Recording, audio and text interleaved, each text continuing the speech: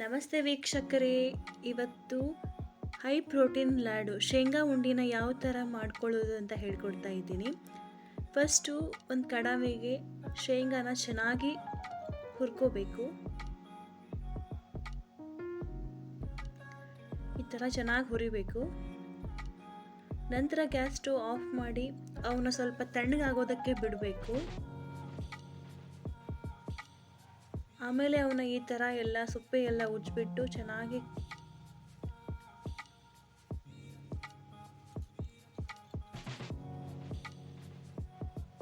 ನಂತರ ನಾನು 1/4 kg ಶೇಂಗಾ ತಗೊಂಡಿದ್ದೀನಿ. ಅದಕ್ಕೋಸ್ಕರ 1/4 kg ಬೆಲ್ಲನ ತಗೋತಾ ಇದ್ದೀನಿ.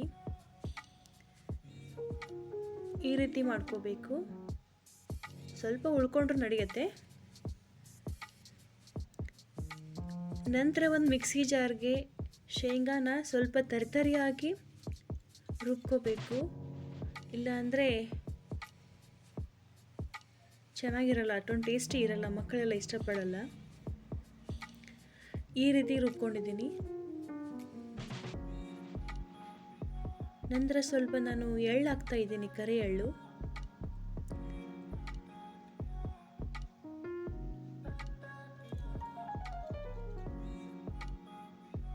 ಮಿಕ್ಸ್ ಮಾಡಿಕೊಂಡೆ. ಸ್ವಲ್ಪ ಬೆಲ್ಲನ ಸೇರಿಸ್ತಾ ಇದ್ದೀನಿ.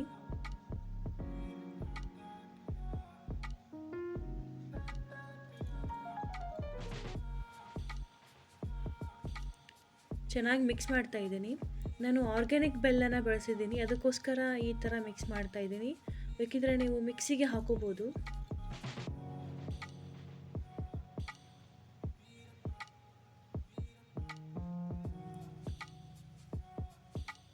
ನಂತರ ಒಂದು 5 ಏಲಕ್ಕಿನ ತಗೊಂಡು ಅವನ್ನ ಪೌಡ್ರ್ ಮಾಡಿ ಈ ಥರ ಸೇರಿಸ್ಕೊಂಡೆ.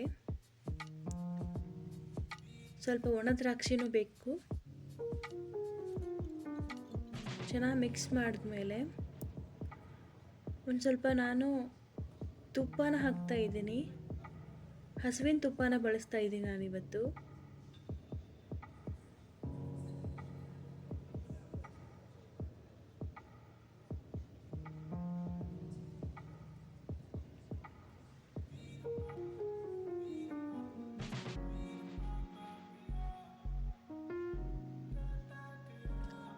ಸ್ವಲ್ಪ ಬಿಸಿನೀರನ್ನು ಸೇರಿಸಬೇಕು ಮಿಕ್ಸ್ ಮಾಡಿ.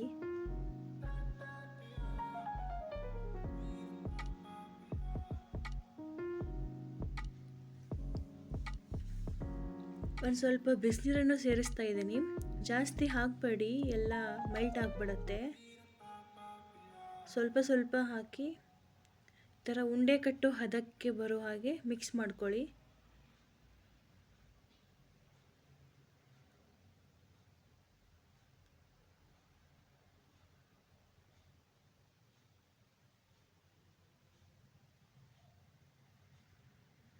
ನೋಡಿ ಯಾವ ಥರ, ಈ ಥರ ಮಾಡ್ಕೋಬೇಕು.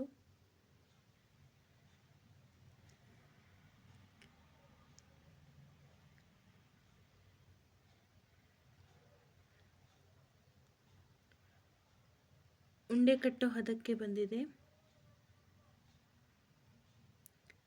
ಕೊನೆಯಲ್ಲಿ ಸ್ವಲ್ಪ ಒಣ ದ್ರಾಕ್ಷಿನ ಈ ಥರ ಮೇಲೆ ಹಚ್ಚಿ